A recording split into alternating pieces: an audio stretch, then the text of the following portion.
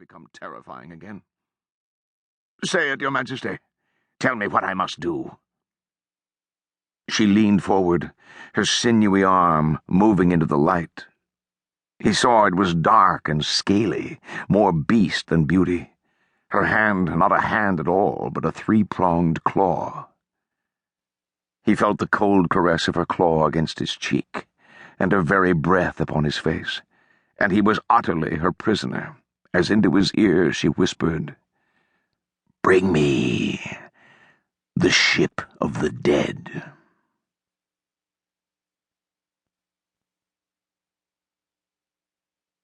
Chapter 1. Dane yearns for blood. Dane the Defiant peered out on the fog-shrouded meadow, knowing that screams of pain would soon shatter the pre-dawn stillness.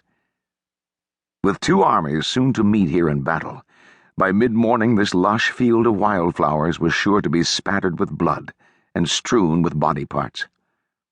But he cared nothing about who lived and died, only how they died. Because when the Valkyries came for those who met death bravely to take their souls to Valhalla, Dane would then have a chance to see his beloved Astrid again. It had been 2 months since she had been compelled to leave Earth and join the ranks of Odin's corpse maidens. 2 months of agony for Dane. He tried his best to accept his fate of being without her forever.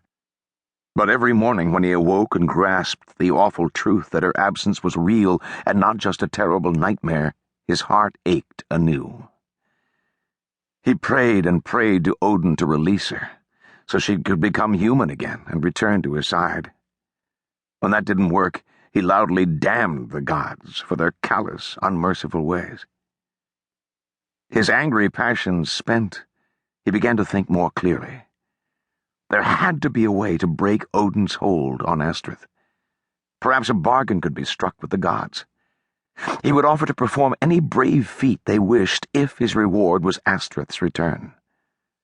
Would they listen, or would they casually incinerate him with a lightning bolt? No matter. Nothing would stop him from trying to get her back. But he had to have someone take his offer to Asgard, the heavenly place where Odin and his kind resided. And he reasoned that a Valkyrie, who regularly flew between heaven and earth, could serve as messenger. His plan was this. He would watch the battle from his place of hiding, and once the butchery had ended, he would creep in among the bodies in hopes of intercepting a Valkyrie. He knew it wouldn't be easy. Valkyries were usually invisible to the living. But if he was seen by a Valkyrie, especially by Astrid, or Mist, a corpse maiden who'd previously saved his life, perhaps they might make themselves visible to him. Or so he hoped. "When's this supposed to start?" asked Jarl the Fair. "There's no one here but mourning doves." Indeed, the ghostly cooing of the doves was the only sound heard across the fog-cloaked field. "Don't worry, Jarl," Dane assured him.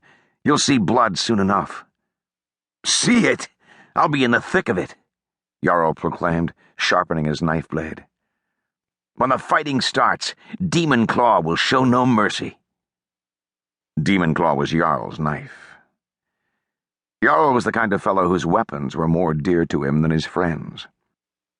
Tall and well-built, with a striking mane of blonde hair, Jarl thought himself the perfect specimen of Norse manhood.